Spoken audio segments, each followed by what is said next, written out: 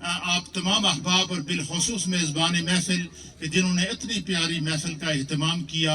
حالانکہ یہ ہمارا علاقہ بڑا پسماندہ علاقہ ہے اور دشوار ترین راستے ہیں, مشکل قسم کی پگڈنڈیاں ہیں, لیکن اس کے باوجود عشق اپنی جگہ خود مناتا ہے. جیسا کہ امام اہل سنت مجدد دین و ملت پروانہ شمع رسالت امام احمد رضا ہم محدث بریلی رحمۃ اللہ علیہ فرماتے ہیں کہ عشق تیرے صدقے جلنے سے چھٹے سستے, وہ آگ لگائی ہے جو آگ بجائی ہے.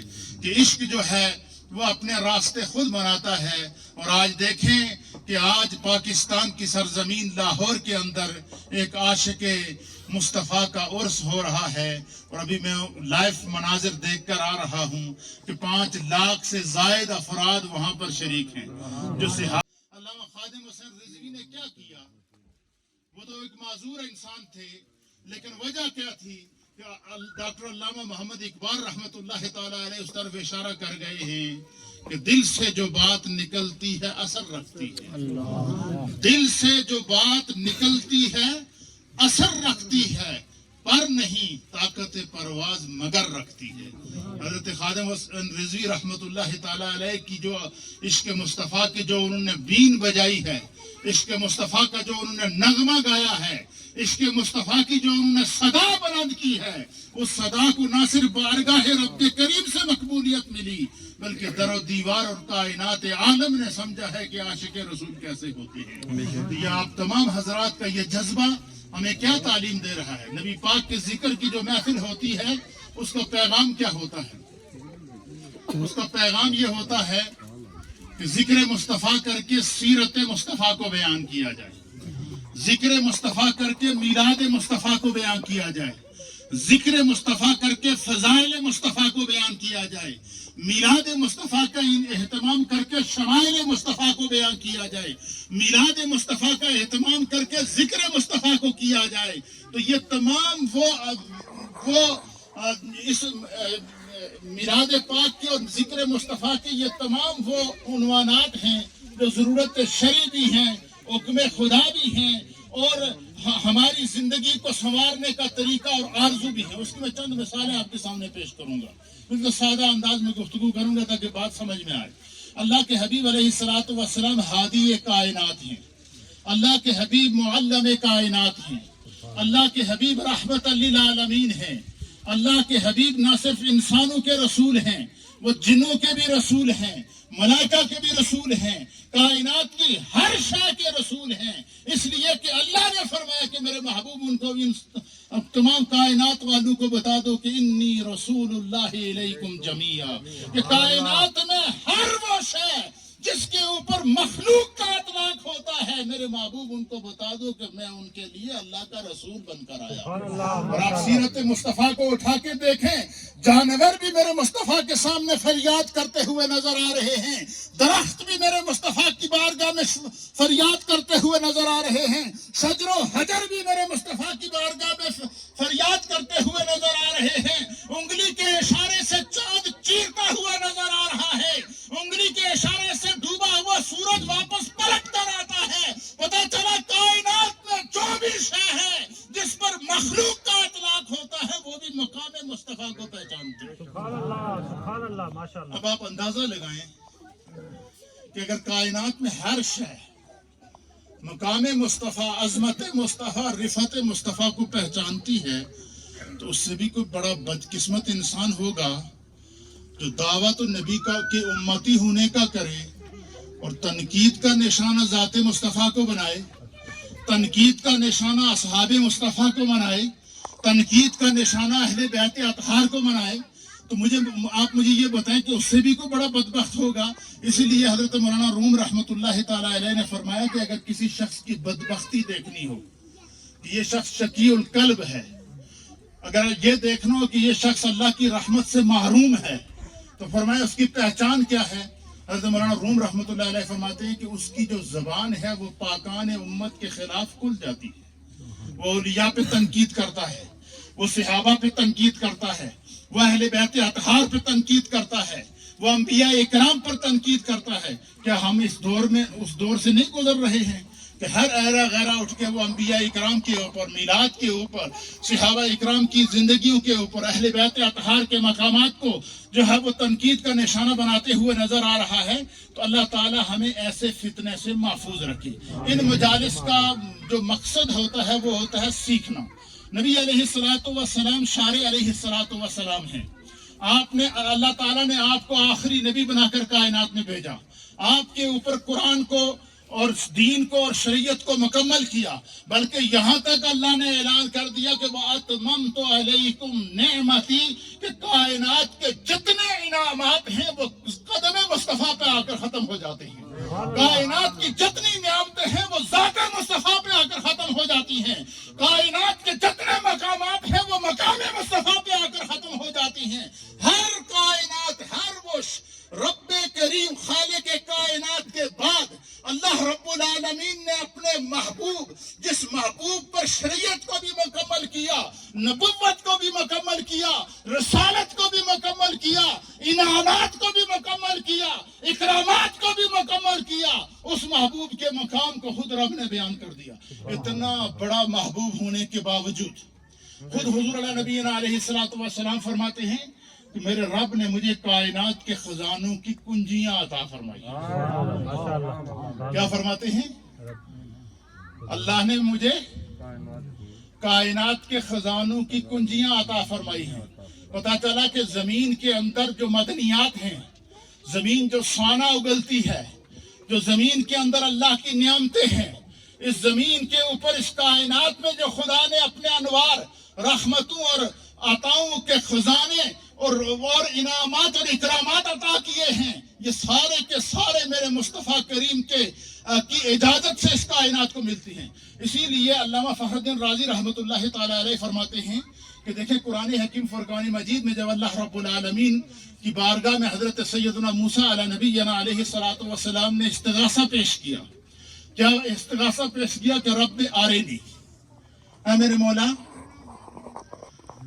میں تم سے ہم کلام ہوتا ہوں، براہ راست اللہ تو نے مجھے اپنے کلام کی سعادت عطا فرمائی ہے، آپ کی آواز بھی سنتا ہوں، آپ کے احکام بھی سنتا ہوں، آپ کے احکام کو براہ راست سن کر آگے پہنچاتا ہوں.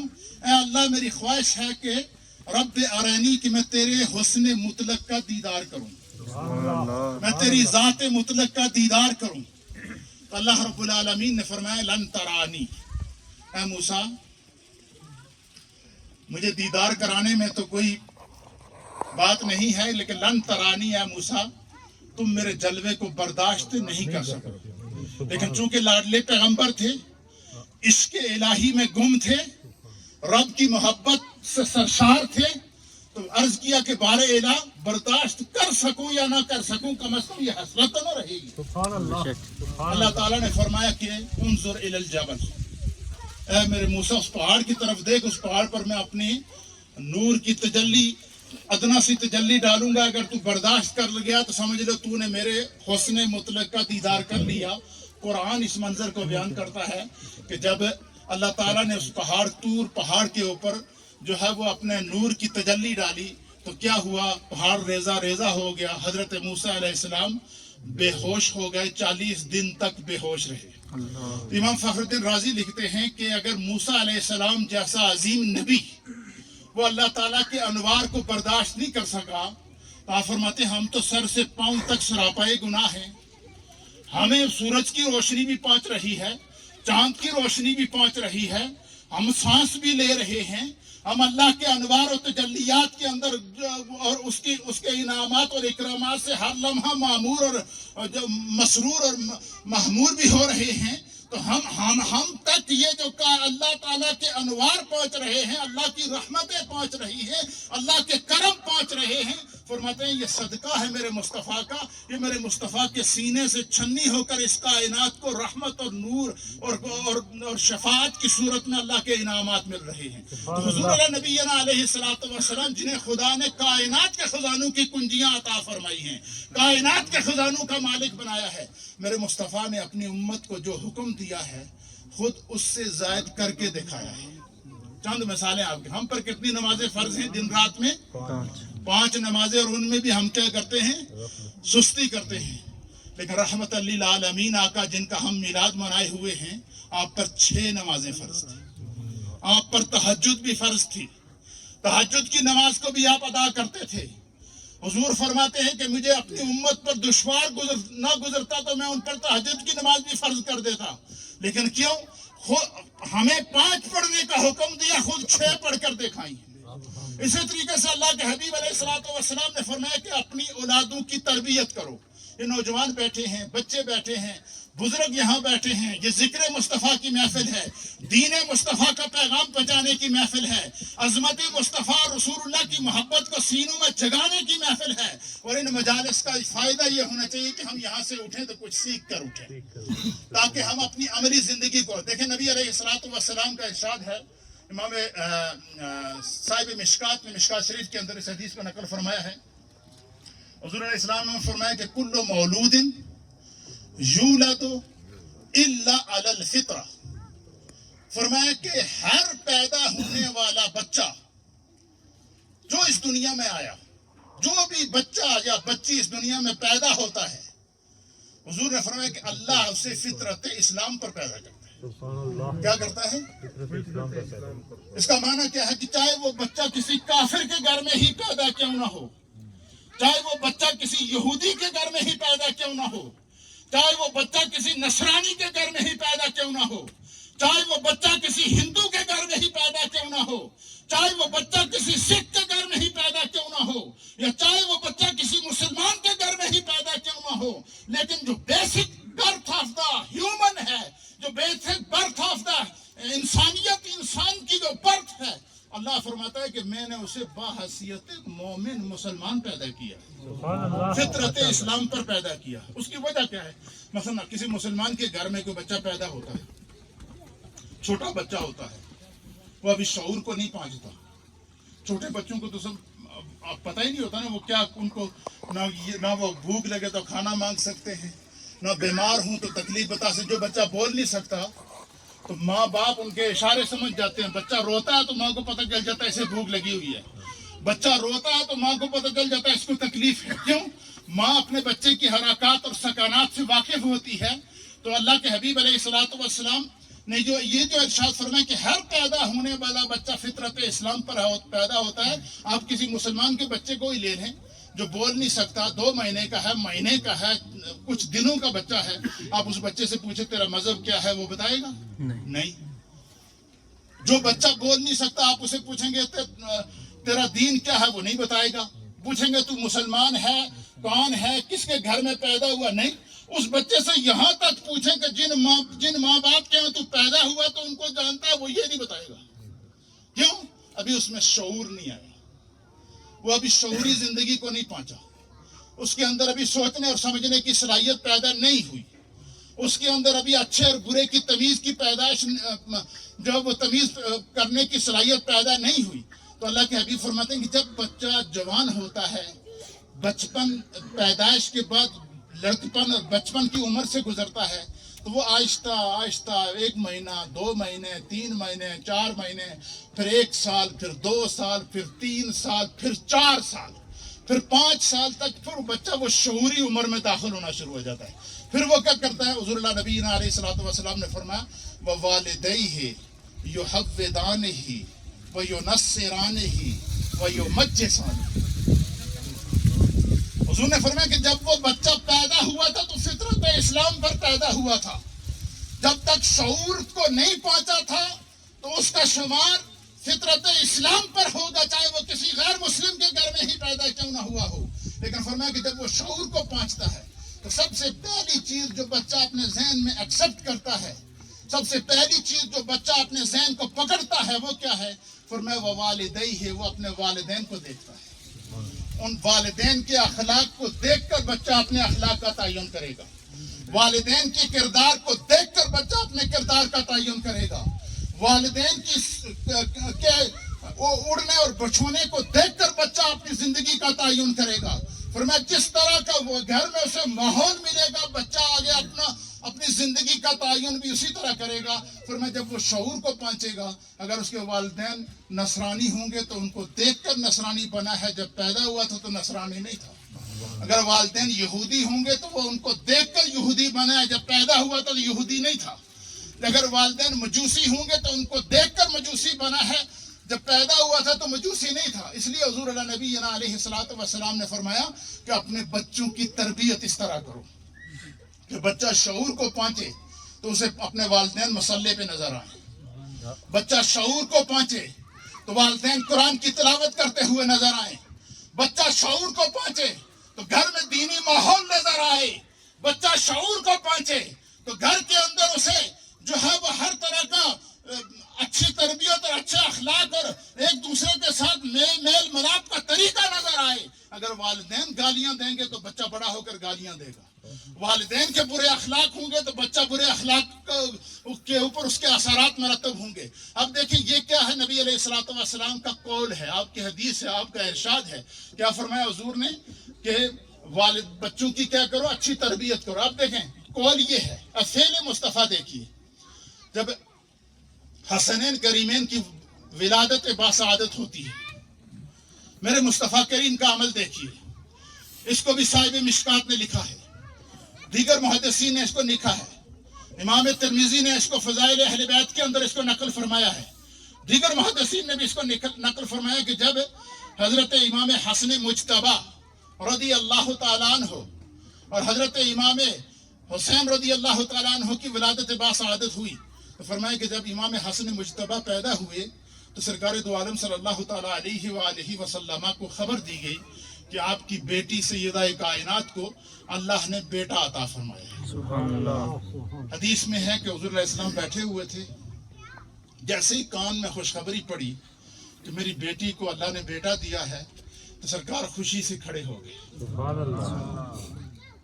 حدیث کے الفاظ ہیں کہ سرکار کی جو چادر مبارک تھی آپ وہ زمین پر پڑی تھی، حضور نے اس چادر کو اٹھایا، اس کو جاڑا، کندھے پہ رکھا اور جلدی جلدی تیز تیز قدموں میں چل کے سیدہ کائنات کے گھر کی طرف جا رہے ہیں. پتہ چلا کسی کے میلاد پر خوشی منانا یہ میرے مصطفیٰ کی سنت ہے. سبحان اللہ.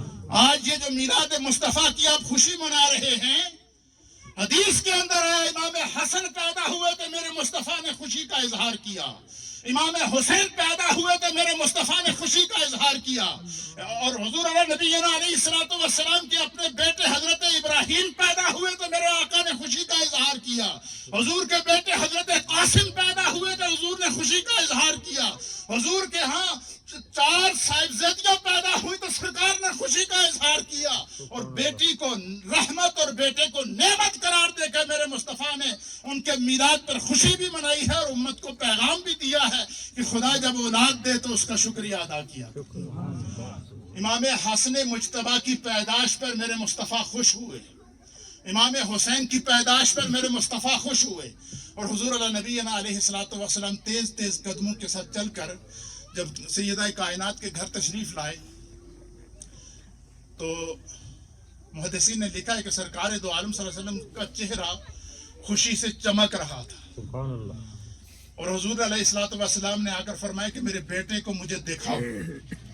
امام حسن مجتبی کو ایک سفید کپڑے میں لپیٹ کر جب سرکار کے سامنے پیش کیا گیا تو حضور علیہ السلام نے اس طرح دونوں ہاتھوں پر اٹھایا اور سب سے پہلا ری ایکشن حضرت امام حسن مجتبی کو دیکھ کر اور اسی طرح حضرت امام حسین کو دیکھ کر جو سب سے پہلا ری ایکشن میرے مصطفیٰ کریم کا تھا وہ کیا تھا؟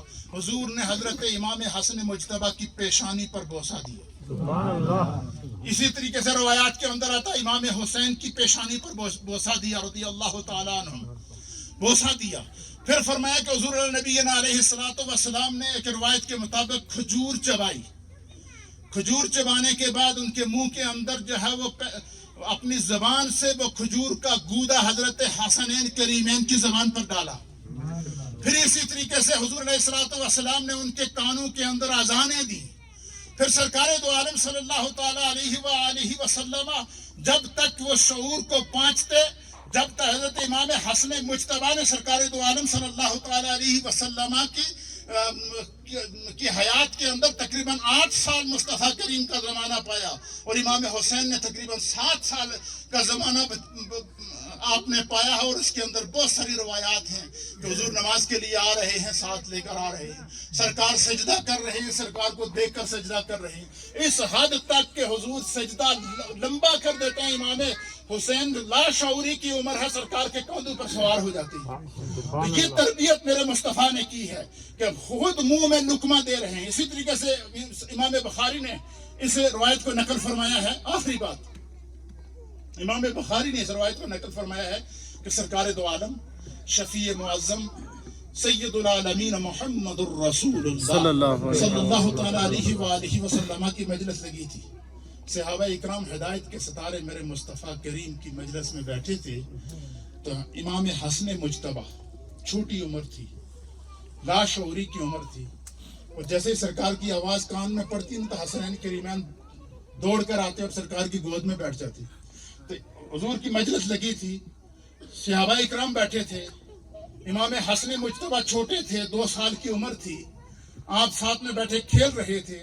تو اتنے میں ایک صحابی رسول زکوٰۃ کی کھجوروں کا ایک ٹوکرا لے کر آئے۔ کیا لے کر آئے؟ زکوٰۃ کی کھجوروں کا ٹوکرا لے کر آئے، اور عرض کیا یا رسول اللہ، یہ اللہ نے مجھے میرے باغ میں بہت ساری کھجوریں دی ہیں، تو یہ اس کی زکوٰۃ ہے، یہ میں آپ کی خدمت میں لایا ہوں، آپ مدینے کے غرباء میں اس کو کیا کر دیں، تقسیم فرما دیں۔ سرکار نے اسے قبول فرمایا اور فرمایا اس کو یہاں رکھ دیں۔ اب رکھ دی گئی۔ امام بخاری نے لکھا ہے، حضرت ابو ہریرہ اس کے راوی ہیں، کہ امام حسن مجتبہ چھوٹے تھے، کھیل رہے تھے، تو بچوں کی ہمیشہ یہ عادت ہوتی ہے جب کوئی نئی چیز دیکھیں تو اس کی طرف متوجہ ہو جاتے ہیں۔